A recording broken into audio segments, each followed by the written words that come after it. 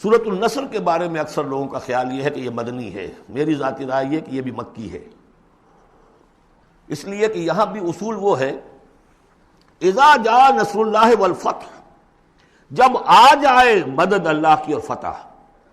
میں اس صورت کو جوڑتا ہوں سورۃ الانشراح ہی کے اس آخری حصے سے، فَإِذَا فَرَغْتَ فَانصَبْ وَإِلَىٰ رَبِّكَ فَارْغَب۔ وہ تو مدنی تو نہیں ہے، وہ تو مکی صورت ہے، بڑے ابتدائی زمانے کی۔ یہ تو خبر دی جا رہی ہے کہ ایک وقت آئے گا، اور پیش کی خبر دی گئی محمد رسول اللہ صلی اللہ علیہ وسلم کو، ایک وقت آئے گا آپ اپنے مشن میں کامیاب ہو جائیں گے اور فارغ ہو جائیں گے۔ فَإِذَا فَرَغْتَ فَانصَبْ وَإِلَىٰ رَبِّكَ فَارْغَب۔ اسی رنگ میں یہ بھی ہے اذا جاء نصر اللہ والفتح، جب آ جائے مدد اللہ کی اور فتح، وَرَأَيْتَ النَّاسَ يَدْخُلُونَ فِي دِينِ اللَّهِ أَفْوَاجًا، اور آپ دیکھ لیں لوگوں کو داخل ہوتے ہوئے اللہ کے دین میں فوج در فوج۔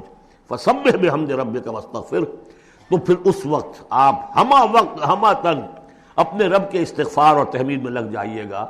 ابھی تو یہ مشقتیں جھیلنی ہیں، ابھی تو یہ رسالت کے فرائض، آگے بڑھ کر جو مدنی دور میں جنگیں آنی ہیں، جو سخت مراحل آنے ہیں، ابھی آپ کو یہ جھیلنے ہوں گے۔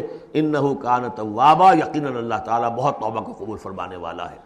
ان میں چونکہ قرآن مجید میں جو مختلف مصاحف ہیں اس میں جو چیز لکھا ہوتی ہے اوپر کہ یہ مکی ہے یہ مدنی ہے، تو لوگ سمجھتے ہیں شاید یہ کہ بالکل یوں سمجھیے کہ طے شدہ چیزیں ہیں، حالانکہ کم صورتیں قرآن مجید کی جو بڑی بڑی صورتیں ان کے بارے میں تو تیقن کے ساتھ معلوم ہے، لیکن یہ کہ بعض جو چھوٹی صورتیں ان کے بارے میں بہت سے اقوال آپ کو تفسیر کی کتابوں میں مل جائیں گے۔